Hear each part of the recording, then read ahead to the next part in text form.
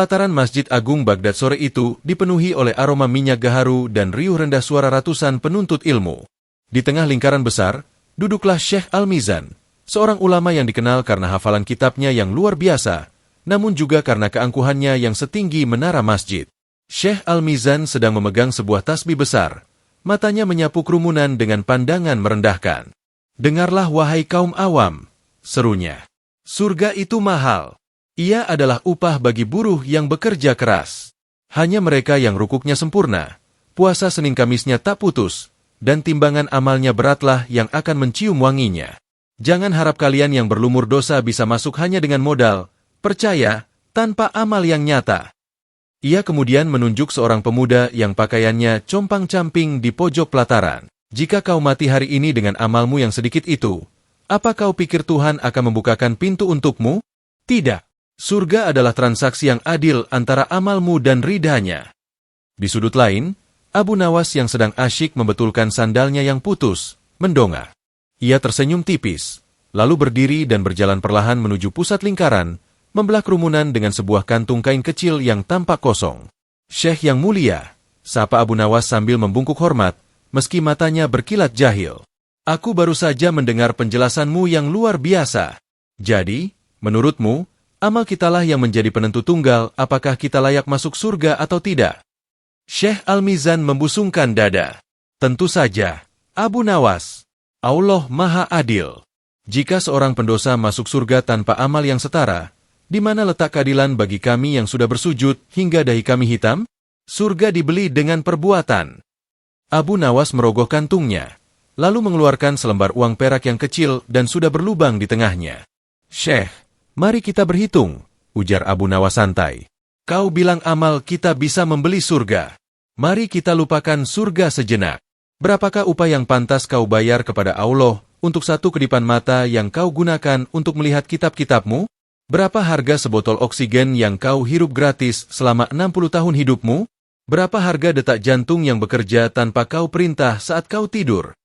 Syekh Al-Mizan terdiam sejenak, lalu menjawab, "Tentu saja nikmat Tuhan tak terhingga harganya, tapi kita membalasnya dengan ibadah." Abu Nawas tertawa kecil. Suara tawanya memantul di dinding masjid. "Syekh, kau bicara soal transaksi? Mari kita pakai logika pedagangmu.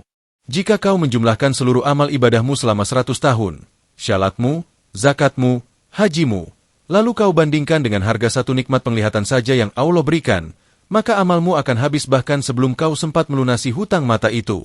Kau akan berdiri di depan pintu surga dengan tangan kosong dan hutang yang menumpuk. Jika kau mengandalkan perbuatan sebagai mata uang untuk membeli surga, maka aku beritahu kau sekarang, kau sudah bangkrut sebelum mengetuk pintunya." Abu Nawas kemudian mendekat. Suaranya kini merendah namun penuh penekanan. Ia menyitir sebuah hadits yang membuat Syekh Al-Mizan terkesiap. "Ingatlah, amal seseorang dari kalian tidak akan pernah memasukkannya ke dalam surga." Para sahabat bertanya, "Bahkan engkau pun tidak, wahai Rasulullah?" Beliau menjawab, "Bahkan aku pun tidak, kecuali jika Allah melimpahkan rahmat dan karunia-Nya kepadaku." Hadis riwayat Bukhari dan Muslim. "Syekh yang sombong," lanjut Abu Nawas. "Iman adalah kunci, perbuatan adalah syarat untuk menjaga kunci itu, tapi rahmat Allah lah yang membuka pintunya. Jika kau masuk surga karena merasa amalmu hebat, maka kau tidak sedang memuja Tuhan, kau sedang memuja dirimu sendiri. Kau masuk surga bukan karena kau layak membayarnya, tapi karena Tuhanmu Maha baik untuk mengizinkan hamba yang penuh hutang seperti kita masuk ke dalam istananya." Pelataran masjid menjadi sunyi senyap. Syekh Al-Mizan yang tadinya tampak gagah, kini terlihat kecil. Logika tentang hutang nikmat yang dipaparkan Abu Nawas meruntuhkan keangkuhannya bahwa amal adalah mata uang yang cukup untuk membeli keabadian. Para penuntut ilmu mulai menyadari bahwa ibadah bukan untuk menyogok Tuhan agar memberikan surga, melainkan bentuk syukur seorang hamba yang tahu bahwa ia tidak akan pernah sanggup membayar nikmatnya. Syekh Al-Mizan menggeram rendah. "Baiklah, Abu Nawas, jika perbuatan tidak menentukan, lalu buat apa kita bersusah payah beribadah? Apakah kita boleh berbuat maksiat sesuka hati selama kita beriman?" Abu Nawas tersenyum licik. Ia tahu perang ini baru dimulai. "Syekh, kau bertanya seperti orang yang ingin membakar rumahnya sendiri hanya karena pintunya tidak terkunci. Sampai jumpa besok." Syekh Al-Mizan berdiri dengan dagu terangkat, merasa telah menemukan celah mematikan dalam argumen Abu Nawas. Kerumunan di pelataran Masjid Agung Baghdad semakin padat. Mereka ingin melihat bagaimana si cerdik Abu Nawas menghadapi tuduhan bahwa ajarannya bisa merusak moral umat. Abu Nawas, seru Syekh Al-Mizan dengan suara menggelegar. Jika kau katakan bahwa hanya rahmat Tuhan yang menentukan, maka kau sedang membuka pintu kemaksiatan lebar-lebar. Jika amal tidak bisa membeli surga, maka si pencuri akan berkata, aku akan mencuri hari ini, toh nanti aku masuk surga lewat rahmatnya. Jika kau hilangkan nilai perbuatan, maka kau menghancurkan hukum Tuhan, syariat. Untuk apa ada perintah dan larangan jika akhirnya semua hanya bergantung pada belas kasihan? Engkau membuat orang-orang menjadi malas beribadah, lanjut Al-Mizan sambil menunjuk masa. Engkau menyamakan kedudukan orang yang sholat malam dengan orang yang menghabiskan malamnya di tempat perjudian, selama keduanya mengaku beriman. Ini adalah penghinaan terhadap keadilan Tuhan. Syariat ada untuk dipatuhi, dan kepatuhan itulah yang membedakan penghuni surga dan neraka. Abu Nawas tidak membantah dengan marah. Ia justru meminta seorang pembantu masjid membawakan seember air bersih dan seember air berlumpur. Ia meletakkannya di hadapan Syekh. Syekh yang terhormat, ujar Abu Nawas lembut. Bayangkan Sultan Baghdad mengadakan pesta paling megah di istananya. Pesta itu gratis, makanannya senilai ribuan dinar, dan pintunya terbuka bagi siapa saja yang membawa surat undangan emas dari Sultan. Sultan berpesan, datanglah, namun mandilah dan pakailah baju terbaikmu sebelum masuk. Abu Nawas menunjuk air berlumpur itu. Lalu ada seorang tamu yang memegang undangan emas, Iman. Namun ia sengaja melompat ke dalam lumpur ini, lalu berjalan ke istana dengan bau busuk dan kotoran menempel di sekujur tubuhnya. Saat ia sampai di pintu, apakah ia akan berkata, aku berhak masuk karena aku punya undangan? Syekh Al-Mizan menjawab ketus, tentu Sultan akan merasa terhina dan mengusirnya. Abu Nawas menjentikan jarinya. Itulah intinya. Iman, undangan emas, memang yang memberimu hak untuk datang, tetapi perbuatan, mandi dan berbaju bersih, adalah bentuk penghormatanmu kepada sang raja. Jika kau mengaku beriman tapi terus berbuat maksiat, itu tandanya kau tidak menghargai imanmu sendiri. Kau sedang menghina sang pemberi rahmat. Rahmat Allah memang luas, tetapi rahmat itu tidak akan hingga pada hati yang sengaja mengotori dirinya sendiri dengan pembangkangan. Abu Nawas melangkah maju, sorot matanya tajam namun teduh. Ia menyitir sebuah prinsip yang menyatukan keduanya. Syekh, jangan pisahkan akar dengan buahnya. Iman adalah akar di dalam tanah yang tak terlihat, dan perbuatan adalah buah yang tampak. Rasulullah Shallallahu Alaihi Wasallam bersabda, iman itu bukanlah dengan angan-angan, melainkan apa yang mantap di dalam hati dan dibuktikan dengan perbuatan. Kita beribadah bukan untuk membayar surga, karena surga terlalu mahal untuk dibayar dengan dahi yang sujud. Kita beribadah untuk memantaskan diri menerima rahmatnya. Seseorang yang mengaku cinta pada Tuhan, iman, namun tak mau mengikuti perintahnya, amal, maka cintanya adalah dusta. Dan Tuhan tidak memberikan rahmatnya kepada para pendusta. Syekh Al-Mizan tertegun. Ia menyadari bahwa Abu Nawas tidak sedang meremehkan amal, melainkan sedang menempatkan amal pada posisi yang benar, bukan sebagai alat transaksi, melainkan sebagai bukti kejujuran iman dan rasa syukur. Tanpa perbuatan, iman hanyalah kata-kata hampa. Tanpa iman, perbuatan hanyalah kepura-puraan yang melelahkan. Jadi, gumam Al-Mizan dengan suara yang lebih rendah, perbuatan adalah cara kita menjaga undangan itu agar tetap berlaku. Tepat, jawab Abu Nawas. Jangan sampai kau punya undangan ke surga, tapi kau sendiri yang membakarnya dengan api maksiatmu. Syekh Al-Mizan tidak lantas menyerah. Ia melihat celah baru yang sangat krusial dalam dunia teologi Islam, niat dan keikhlasan. Ia merapikan jubahnya, menatap kerumunan dengan senyum penuh arti, seolah-olah ia sedang memegang jerat yang akan mengunci langkah Abu Nawas. Logika, pakaian bersih, itu menarik, Abu Nawas, ujar Al-Mizan dengan nada sinis. Tetapi kau melupakan satu hal penting. Manusia bisa saja memakai baju paling bersih, bersujud paling lama, dan bersedekah paling banyak hanya untuk dipuji, ria. Di mata manusia, mereka adalah ahli surga. Namun di dalam hati mereka, ada busuknya kemunafikan. Jika perbuatan adalah bukti kejujuran iman, bagaimana kau menjelaskan orang-orang yang amalnya selangit tapi hatinya kosong? Bukankah perbuatan mereka tetap terlihat hebat? Jika begitu, perbuatan hanyalah topeng yang bisa menipu siapa saja. Banyak orang yang dahinya hitam karena sujud, tapi hatinya penuh kesombongan, seru Al-Mizan. Jika perbuatan adalah syarat memantaskan diri, maka si munafik adalah orang yang paling pantas karena ia paling rajin memoles tampilannya. Apakah kau ingin mengatakan bahwa Allah akan tertipu oleh perbuatan-perbuatan lahiriah itu? Jika iman tidak bisa dilihat dan perbuatan bisa dipalsukan, lalu apa sebenarnya yang sedang kita bicarakan di sini? Abu Nawas tidak langsung menjawab dengan dalil. Ia meminta 2 orang pengawal masjid untuk membawakan 2 buah lampu minyak, pelita, yang sangat indah dan identik. Keduanya terbuat dari emas yang berkilauan. Abu Nawas menyalakan salah satu lampu, sehingga cahayanya memancar terang. Lampu yang satunya lagi ia biarkan padam, namun ia menggosok emasnya hingga mengkilap luar biasa. "Syekh," tanya Abu Nawas sambil menunjuk kedua lampu itu. "Lihatlah 2 lampu ini. Keduanya terbuat dari emas murni yang sama. Keduanya memiliki bentuk yang sama-sama indah. Namun, jika kau berada di tengah padang pasir yang gelap gulita di malam hari, manakah yang akan kau ambil untuk menuntun jalanmu?" Al-Mizan menjawab tanpa ragu, "Tentu saja yang menyala. Lampu yang padam itu tidak ada gunanya meski ia terbuat dari emas." Abu Nawas mengangguk pelan, seolah-olah baru saja mengajari seorang anak kecil. "Begitulah hakikat iman dan amal, Syekh. Perbuatan adalah badan lampu yang indah, sedangkan iman dan niat adalah minyak dan apinya. Perbuatan tanpa niat yang tulus, ikhlas, adalah jasad tanpa nyawa. Ia tampak gagah, tapi ia adalah bangkai. Sebaliknya, niat tanpa perbuatan adalah api tanpa wadah. Ia akan padam ditiup angin kenyataan. Kau khawatir Allah tertipu? Sungguh dangkal pemikiranmu." Rasulullah Shallallahu Alaihi Wasallam bersabda, "Sesungguhnya Allah tidak melihat kepada rupa dan harta kalian, tetapi Allah melihat kepada hati dan amal kalian." Hadis riwayat Muslim. Allah tidak menghisab berapa berat sedekahmu, tapi berapa besar kejujuran di baliknya.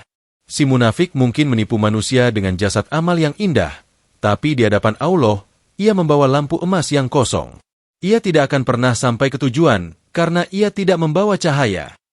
Abu Nawas melangkah lebih dekat ke arah Syekh Al-Mizan. Suaranya kini bergetar penuh wibawa.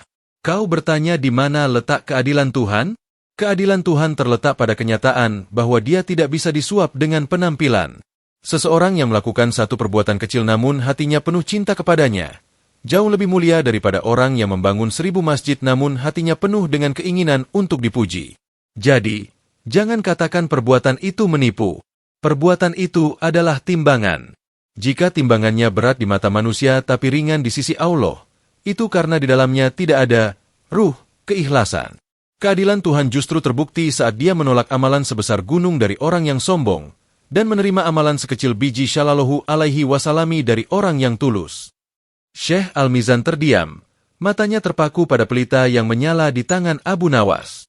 Ia mulai memahami bahwa perdebatan tentang iman versus perbuatan tidak akan pernah selesai jika keduanya dipisahkan.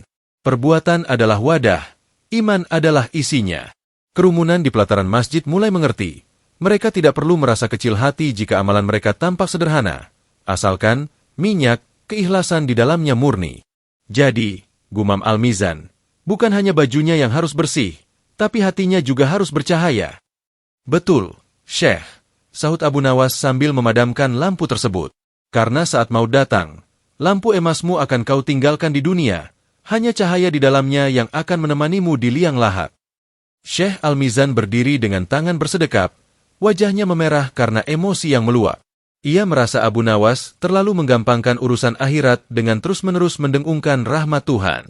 Baginya, keadilan harus ditegakkan dengan pedang syariat yang tajam. "Abu Nawas," suaranya menggelegar, memantul di pilar-pilar masjid. "Kau bicara soal lampu dan cahaya, tapi kau lupa soal keadilan dan api. Jika kau katakan rahmat Allah begitu murah, bagaimana dengan mereka yang mengaku beriman tapi tangannya berlumuran darah? Bagaimana dengan mereka yang berzina, memakan harta anak yatim, dan melakukan dosa besar namun tetap merasa tenang karena punya iman? Apakah kau ingin mengatakan bahwa mereka bisa melenggang masuk surga tanpa dibakar terlebih dahulu di neraka? Jika surga diisi oleh para pendosa yang belum bertaubat, maka surga tak lebih dari sekadar perkumpulan kaum fasik. Jangan kau racuni umat ini dengan harapan palsu, lanjut Al-Mizan. Keadilan menuntut pembalasan. Dosa besar adalah noda yang tak bisa hilang hanya dengan kata, percaya. Di mana letak kehormatan Allah jika seorang hamba yang sombong dengan dosanya diperlakukan sama dengan hamba yang gemetar karena takut kepadanya? Abu Nawas menarik napas panjang. Ia perlahan merogoh saku jubahnya dan mengeluarkan sebuah cincin emas bermata batu permata. Ia kemudian berjalan ke arah sebuah genangan air kotor di dekat tempat wudhu, lalu dengan sengaja menjatuhkan cincin itu ke dalamnya hingga terbenam dalam lumpur hitam. "Syekh," panggil Abu Nawas. "Lihatlah cincin emas itu. Sekarang ia tertutup lumpur, baunya busuk, dan warnanya tak lagi berkilau. Katakan padaku, apakah karena ia terjatuh ke dalam lumpur, maka zatnya berubah menjadi batu kerikil?" Syekh Al-Mizan mendengus. "Tentu tidak. Zatnya tetap emas, hanya permukaannya yang kotor." "Lalu," lanjut Abu Nawas, "jika cincin itu milik istrimu, apakah kau akan membiarkannya di sana dan menganggapnya sebagai sampah, atau kau akan mengambilnya kembali?" "Aku akan mengambilnya, mencucinya dengan air, dan membersihkannya hingga kembali berkilau," jawab sang syekh tegas. Abu Nawas mengangkat cincin yang sudah berlumuran lumpur itu dengan dua jarinya. "Itulah jawaban bagi kegelisahanmu, Syekh. Iman, tauhid, adalah emas, sedangkan dosa-dosa adalah lumpur yang mengotorinya. Allah tidak akan membuang emas, iman ke dalam kehinaan abadi hanya karena ia tertutup lumpur dosa. Selama masih ada zat iman di dalam hati, meski sebesar biji Shallallahu alaihi wasallami, Allah masih mengakuinya sebagai miliknya. Memang benar, keadilan Allah menuntut pembersihan. Jika lumpur itu terlalu tebal dan tidak dicuci dengan tobat di dunia, maka api nerakalah yang akan menjadi cairan pembersihnya di akhirat. Mereka dibakar bukan untuk dibinasakan selamanya seperti arang, melainkan untuk dimurnikan kembali hingga emas imannya tampak lagi. Karena Allah telah berjanji, akan keluar dari neraka orang yang mengucapkan la ilaha illallah dan di dalam hatinya ada kebaikan, iman, seberat biji Shallallahu alaihi wasallami. Hadis riwayat Bukhari. Abu Nawas menatap Syekh Al-Mizan dengan pandangan yang dalam, seolah sedang menembus isi dadanya. "Kau bertanya di mana letak keadilan? Dengarlah hadits tentang Al-Bitakah, sebuah kartu. Di hari kiamat, didatangkan seorang pria dengan 99 gulungan catatan dosa yang setiap gulungannya sejauh mata memandang. Allah bertanya, apakah kau punya alasan atau kebaikan? Pria itu pasrah dan berkata tidak. Namun Allah mengeluarkan sebuah kartu kecil bertuliskan, Asyhadu an la ilaha illallah. Ketika kartu itu diletakkan di satu daun timbangan dan 99 gulungan dosa di daun lainnya, ternyata kartu itu jauh lebih berat. Syekh, kau meremehkan harga iman, padahal di timbangan Tuhan, namanya yang agung, tauhid, tidak bisa dikalahkan oleh gunung dosa manapun. Kita tidak membela dosanya, tapi kita mengagungkan kalimatnya yang ada di dada sang mukmin. Syekh Al-Mizan terdiam 1000 bahasa. Logika emas dan lumpur itu menutup argumennya tentang pengampunan yang murah. Ia baru menyadari bahwa iman bukanlah sekadar hiasan, melainkan identitas zat yang tak bisa hilang hanya karena perbuatan buruk, meski perbuatan itu akan membawa konsekuensi, pembersihan, yang pedih. Suasana pelataran masjid menjadi hikmat. Banyak orang yang tadinya merasa putus asa karena dosa-dosa mereka, kini merasa memiliki harapan untuk kembali bertaubat dan membersihkan emas mereka selagi masih di dunia. Jadi, bisik Al-Mizan, hukuman itu adalah pembersihan, bukan pembuangan. Bagi seorang mukmin, ya, sahut Abu Nawas. Tapi janganlah kau sengaja melompat ke selokan hanya karena kau tahu emasmu bisa dicuci. Karena air pembersih di akhirat itu sangatlah panas, Syekh. Syekh Al-Mizan berdiri tegak, matanya berkilat. Ia merasa telah menyiapkan perangkap maut yang tidak mungkin bisa dijawab oleh Abu Nawas tanpa membuat Tuhan terlihat tidak adil. Seluruh hadirin di pelataran Masjid Agung Baghdad menahan napas. Ini adalah pertanyaan yang sering membayangi pikiran banyak orang. Abu Nawas, teriak Al-Mizan, kau begitu mendewakan iman, tauhid. Sekarang jawablah, bagaimana dengan orang yang tidak beriman, namun seluruh hidupnya ia habiskan untuk kemanusiaan? Ia membangun rumah sakit, memberi makan jutaan anak yatim, jujur dalam berdagang, dan tidak pernah menyakiti sesama. Namun, ia mati tanpa bersyahadat.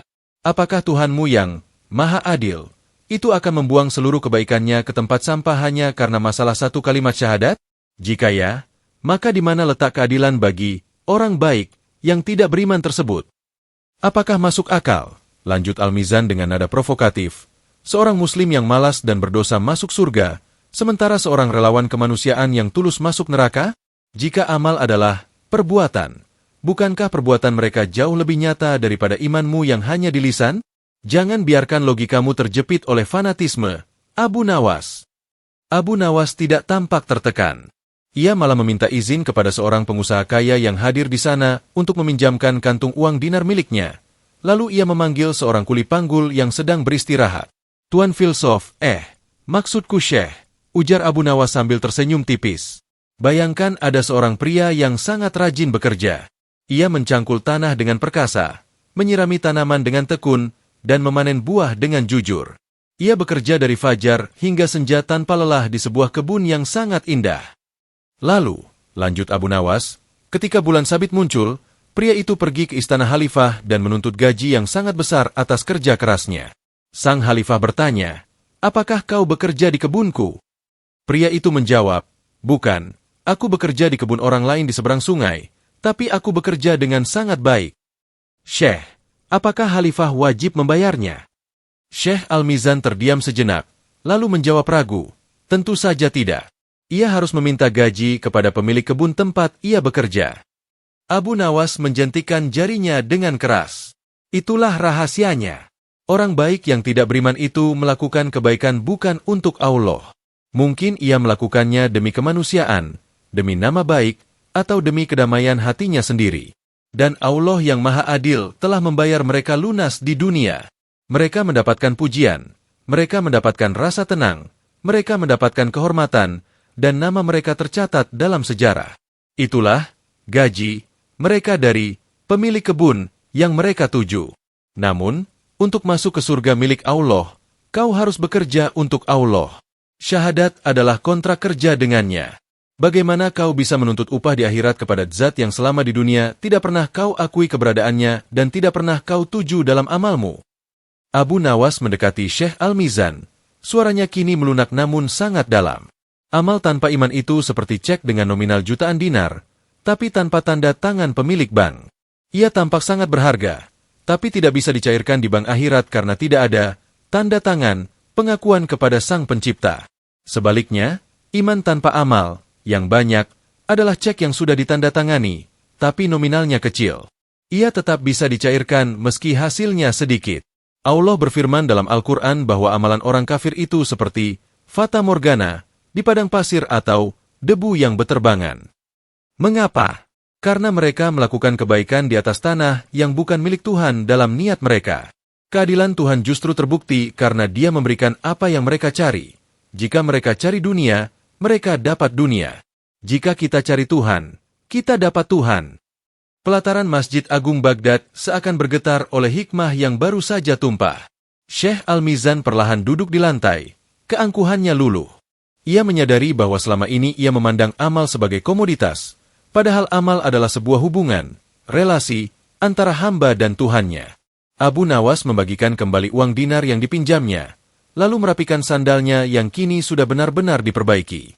"Syekh," bisik Abu Nawas sebelum pergi, "jangan pernah merasa aman dengan amalmu, dan jangan pernah meremehkan rahmat Tuhan pada orang lain. Surga itu miliknya, biarlah Dia yang menentukan siapa tamunya. Tugas kita hanya satu, pastikan kontrak kita dengannya, syahadat, tidak pernah robek oleh kesombongan." Syekh Al-Mizan menunduk, air mata menetes di janggutnya yang panjang. Ia menyadari bahwa kecerdasannya dalam menghafal teks tidak ada apa-apanya dibanding kejernihan hati Abu Nawas dalam memahami hakikat Tuhan. Berlalunya, Syekh Al-Mizan tidak membuat suasana tenang untuk waktu yang lama. Di balik rumunan, berdiri seorang lelaki berpenampilan eksentrik dengan jubah abu-abu dan sorot mata yang dingin. Ia adalah faqih, seorang ahli hukum yang sangat kaku dan penganut paham kebenaran tunggal yang keras. Faqih melangkah maju saat Abu Nawas hendak beranjak. "Tunggu, Abu Nawas. Penjelasanmu tentang cek dan tanda tangan itu mungkin memuaskan orang awam. Tapi mari kita bicara tentang kepastian. Jika memang rahmat Allah adalah penentu, mengapa Allah memberikan syariat yang begitu detail? Ada hukum potong tangan, ada hukum kisyas, ada aturan waris yang rumit. Jika pada akhirnya Semua terserah rahmat Allah. Bukankah syariat ini menjadi sia-sia? Bukankah seharusnya orang yang taat secara hukum mendapatkan garansi surga, dan yang melanggar hukum mendapatkan garansi neraka? Mengapa kau membuat akhirat seolah-olah sebuah kejutan yang tidak bisa diprediksi oleh hukum? Keadilan harus bisa diukur, seru Fakih. Jika seseorang mematuhi semua pasal hukum Allah, ia harus punya hak untuk menuntut surga. Jika tidak ada kepastian hukum, maka syariat hanyalah formalitas tanpa makna. Kau membuat rahmat Allah terdengar seperti ketidakpastian hukum. Apakah kau ingin mengatakan bahwa seorang hakim dunia lebih pasti daripada Allah? Abu Nawas meletakkan kembali keranjangnya. Ia memanggil 2 orang pengawal kota yang sedang berjaga di gerbang masjid. Tuan Fakih, kata Abu Nawas, lihatlah 2 prajurit ini. Keduanya memakai seragam yang sama, keduanya berdiri tegak selama 12 jam, dan keduanya tidak pernah meninggalkan pos mereka. Secara hukum militer, keduanya adalah prajurit yang sempurna, bukan? Fakih mengangguk. Benar, mereka mematuhi hukum. Namun, lanjut Abu Nawas, bagaimana jika prajurit pertama berjaga karena ia sangat mencintai negaranya, sementara prajurit kedua berjaga sambil memegang peta rahasia untuk diberikan kepada musuh besok pagi? Keduanya mematuhi hukum, berdiri di pos. Tapi apakah keduanya berhak mendapatkan medali kehormatan yang sama dari raja? Abu Nawas menunjuk ke arah pilar-pilar masjid yang kokoh. Syariat, hukum, adalah pagar istana, wahai Fakih. Ia ada untuk menjaga ketertiban di bumi. Jika kau mencuri, tanganmu dipotong. Itu hukum dunia agar manusia lain aman. Namun, ketaatan pada hukum lahiriah hanyalah tiket untuk tetap tinggal di dalam pagar, bukan jaminan untuk masuk ke dalam ruang pribadi sang raja, surga. Allah memberikan syariat agar kita tidak hidup seperti binatang. Tetapi, Allah tidak bisa dipaksa oleh hukumnya sendiri untuk memberimu surga. Surga adalah hak prerogatif Allah. Jika kau merasa berhak mendikte Allah hanya karena kau sudah sholat 5 waktu, maka saat itu juga kau telah jatuh dalam dosa kesombongan yang lebih besar dari dosanya para pemabuk. Abu Nawas melangkah mendekati Fakih, lalu berbisik dengan nada yang tajam. Kau ingin kepastian hukum? Jika Allah menggunakan hukum keadilan murni tanpa rahmat, maka satu saja kesalahan kecilmu akan menghapus seluruh amalmu selama hidup. Jika Allah adil secara mutlak tanpa belas kasihan, tidak ada satupun manusia yang akan selamat, termasuk nabi-nabinya. Syariat adalah batas minimal agar kita disebut manusia. Tetapi rahmat adalah alasan mengapa kita, makhluk penuh cacat ini, tetap diberi kesempatan untuk masuk ke tempat yang suci. Jangan pernah menuntut hak di depan Tuhan, karena hamba tidak punya hak selain apa yang diberikan oleh Tuannya. Mintalah karunia-Nya, karena hukumnya saja tidak akan cukup menyelamatkanmu dari kekuranganmu sendiri. Fakih terdiam. Ia menyadari kesalahannya.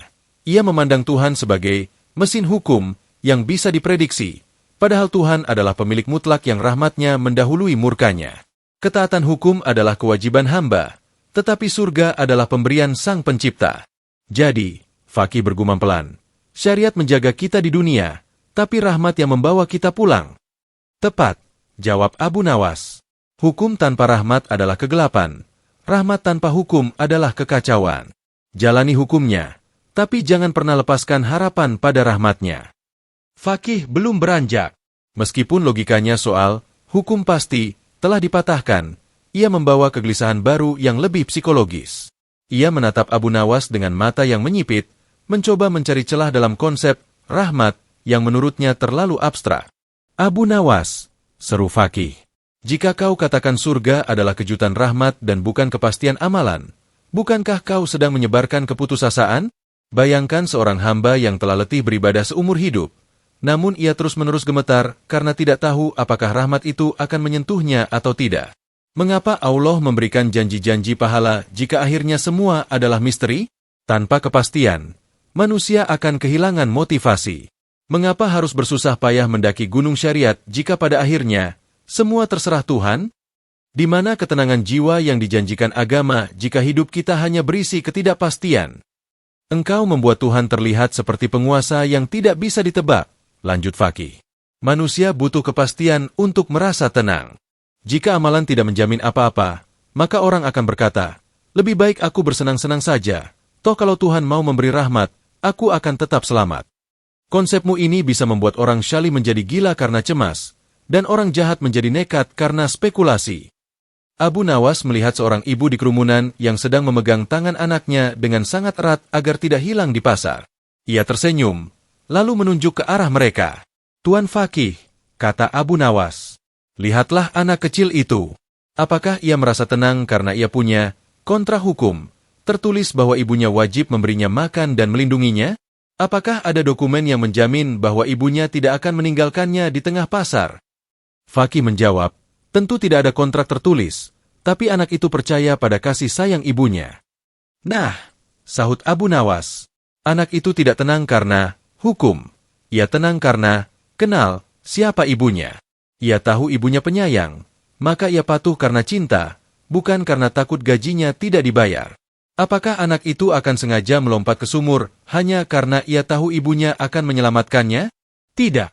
Justru karena ia tahu ibunya sangat mencintainya, ia akan berusaha menjadi anak yang manis agar tidak menyakiti hati ibunya." Abu Nawas mengambil 2 lembar daun kurma dari tanah. Agama tidak memberikan kepastian matematika agar kita tidak menjadi sombong, tetapi agama memberikan kepastian janji agar kita tidak putus asa. Jika kau merasa pasti masuk surga karena amalmu, kau akan meremehkan orang lain. Jika kau merasa pasti masuk neraka, kau akan berhenti beramal. Allah sengaja menyimpan rahmatnya dalam misteri agar manusia hidup dengan 2 sayap burung, sayap takut, khauf, agar ia tidak berani bermaksiat, dan sayap harap, raja, agar ia selalu punya alasan untuk kembali bertaubat. Ketidaktahuan akan hasil akhir bukanlah sumber kecemasan, melainkan sumber keikhlasan. Kita beramal bukan karena ingin mendikte Tuhan dengan nota tagihan, tapi karena kita ingin menunjukkan bahwa kita layak dicintai olehnya. Abu Nawas menyitir sebuah hadits qudsi yang sangat populer untuk menutup celah argumen Fakih. "Aku sesuai dengan persangkaan hambaku kepadaku." Hadis riwayat Bukhari Muslim. Kau bilang tidak ada ketenangan dalam ketidakpastian? Justru disitulah letak ujian iman yang paling tinggi. Seseorang yang syali merasa tenang bukan karena ia percaya pada kekuatan amalnya, tapi karena ia percaya pada kebaikan Tuhannya. Orang yang cemas berlebihan adalah orang yang mengira Tuhannya sedang mencari-cari kesalahannya untuk menghukumnya. Padahal Allah berfirman bahwa rahmatnya mendahului murkanya. Jika kau beramal dengan sungguh-sungguh lalu kau berprasangka baik bahwa Allah akan menerimanya dengan rahmatnya, itulah ketenangan yang sejati. Ketenangan itu lahir dari kepercayaan, bukan dari perhitungan. Fakih tertegun. Ia menyadari bahwa selama ini ia mencoba memahami Tuhan seperti seorang akuntan yang memeriksa buku besar, padahal Tuhan ingin dipahami seperti seorang kekasih yang ingin dicintai dengan ketulusan. Konsep 2 sayap, Abu Nawas membuat hadirin menyadari bahwa rasa takut membuat mereka waspada, namun rasa harap membuat mereka tetap berjalan. Itulah keseimbangan yang membuat jiwa tetap sehat. Jadi, Fakih bertanya dengan suara yang jauh lebih lembut, rahasia rahmat itu adalah agar kita tetap merunduk namun terus melangkah. "Tepat," jawab Abu Nawas. "Karena hanya orang yang merasa butuh pada rahmatlah yang akan benar-benar bersujud dengan sepenuh hati. Orang yang merasa punya garansi tidak akan pernah benar-benar sujud. Ia hanya sedang melakukan transaksi dagang." Pelataran Masjid Agung Baghdad kini sepi dari suara burung, seolah alam pun ikut menahan napas. Fakih berdiri dengan sisa-sisa argumennya.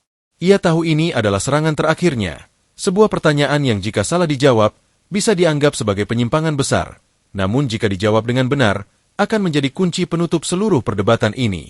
Abu Nawas. Fakih menatap tajam.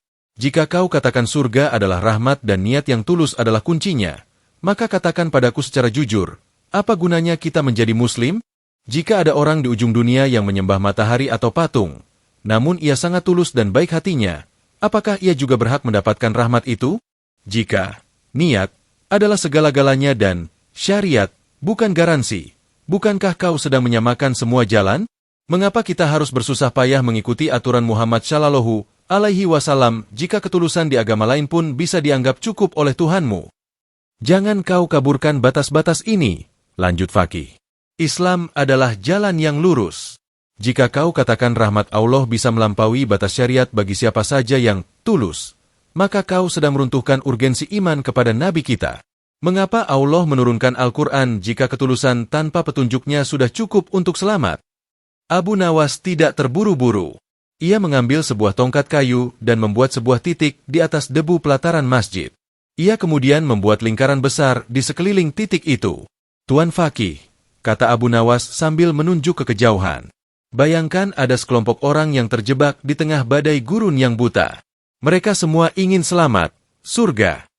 Mereka semua tulus ingin pulang. Kelompok pertama tidak memiliki peta, mereka berlari ke arah timur karena mengira itu jalan pulang. Kelompok kedua berlari ke barat. Kelompok ketiga mengikuti bintang yang salah. Lalu Abu Nawas menunjuk ke arah masjid. Dan kelompok terakhir memiliki seorang penunjuk jalan, Nabi, yang membawa peta yang akurat, Al-Quran. Sekarang aku tanya padamu, siapa yang paling besar kemungkinannya untuk sampai ke tujuan? Fakih menjawab tegas, tentu saja yang mengikuti penunjuk jalan dan peta. Abu Nawas mengangguk, lalu ia menghapus lingkaran di debu itu. Itulah jawaban bagi keraguanmu, Syekh. Rahmat Allah memang luas. Tetapi Islam adalah satu-satunya jalan yang terverifikasi dan dijamin oleh pemilik surga. Orang lain mungkin punya ketulusan, tapi ketulusan tanpa peta yang benar seringkali membuat mereka berputar-putar dalam kesia-siaan. Mereka menyembah matahari karena mengira itu Tuhan, padahal itu hanyalah ciptaan. Mereka tulus, tapi mereka salah alamat. Mengapa kita menjadi Muslim? Karena kita tidak ingin berjudi dengan nasib. Kita mengikuti Muhammad Shallallahu Alaihi Wasallam karena beliau adalah jalan tol yang langsung menuju rahmatnya. Mengikuti jalan lain adalah seperti mencoba menyeberangi samudra dengan rakit bambu. Mungkin saja rahmat Allah menyelamatkanmu, tapi mengapa kau harus mengambil risiko itu jika Allah sudah mengirimkan kapal besar, Islam, untukmu? Abu Nawas berdiri tegak, jubahnya tertiup angin sore yang sejuk. Suaranya bergema memenuhi pelataran. Jangan kau tanyakan apakah orang lain bisa masuk surga. Itu adalah urusan rahasia antara Tuhan dan makhluknya. Tapi tanyakanlah dirimu sendiri. Bagaimana mungkin kau menuntut rahmat Allah, sementara kau sudah diberikan petanya namun kau mengabaikan aturannya? Menjadi Muslim adalah sebuah kehormatan, bukan beban. Kita diberikan GPS, berupa syariat agar kita tidak tersesat di hutan nafsu. Islam bukan sekadar salah satu jalan, ia adalah sempurnanya jalan. Orang yang tulus di luar sana sedang meraba-raba di kegelapan. Kita berjalan di bawah sinar matahari Al-Quran.